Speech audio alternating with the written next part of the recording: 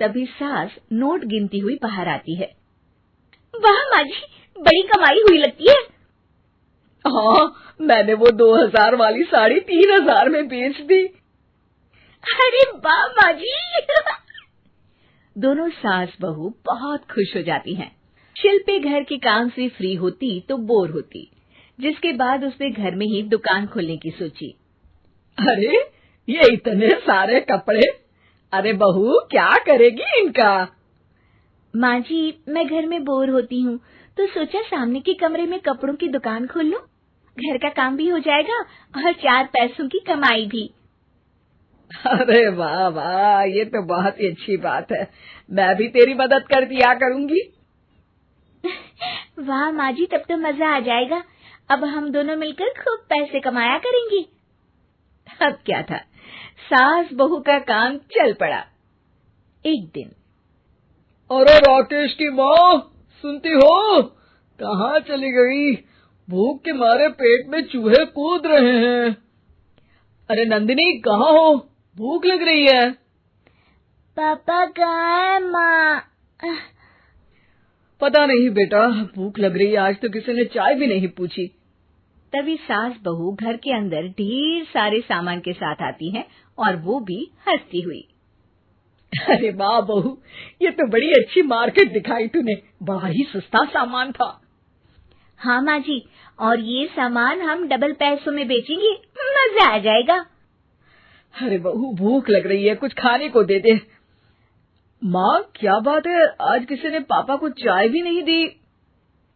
अरे बेटा, अब 40 साल में तेरे पापा ने क्या चाय बनाना भी नहीं सीखा? अरे बेटा रहने दे अब इस बहस को। तुम लोगों ने वैसे बनाया क्या है?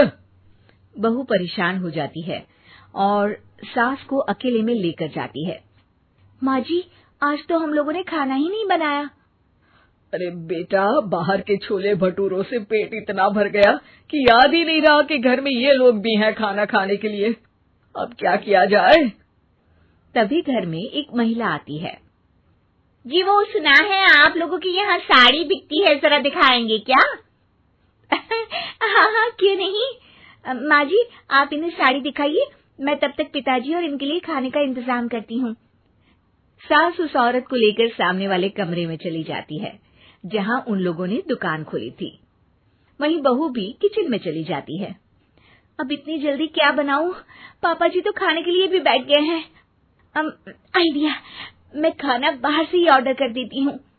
थोड़ी देर में खाना आ जाता है और बहू टेबल पर खाना लगा देती है। हे भगवान, कितनी कड़वी दाल बनाई है बेटा। नहीं नहीं पिताजी, वो क्या बात है नंदिनी, रोटी तो चबाई ही नहीं जा रही है, लग रहा है रबड़ खा रहा हूँ।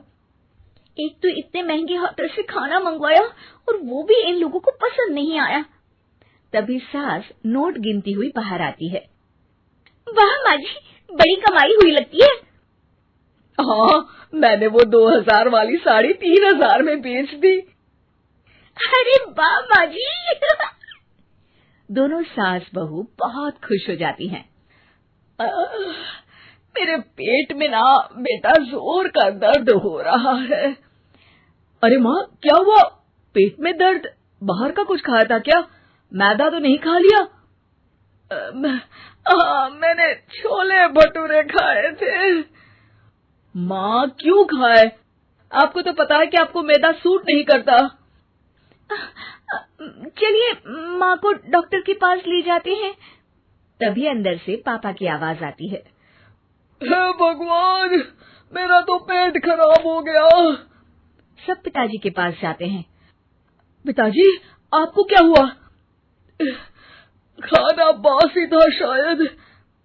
अरे पिताजी, नंदिनी जानती है कि बासी खाने से आपकी तबीयत खराब हो जाती है, तो वो ऐसा क्यों देगी, है ना नंदिनी?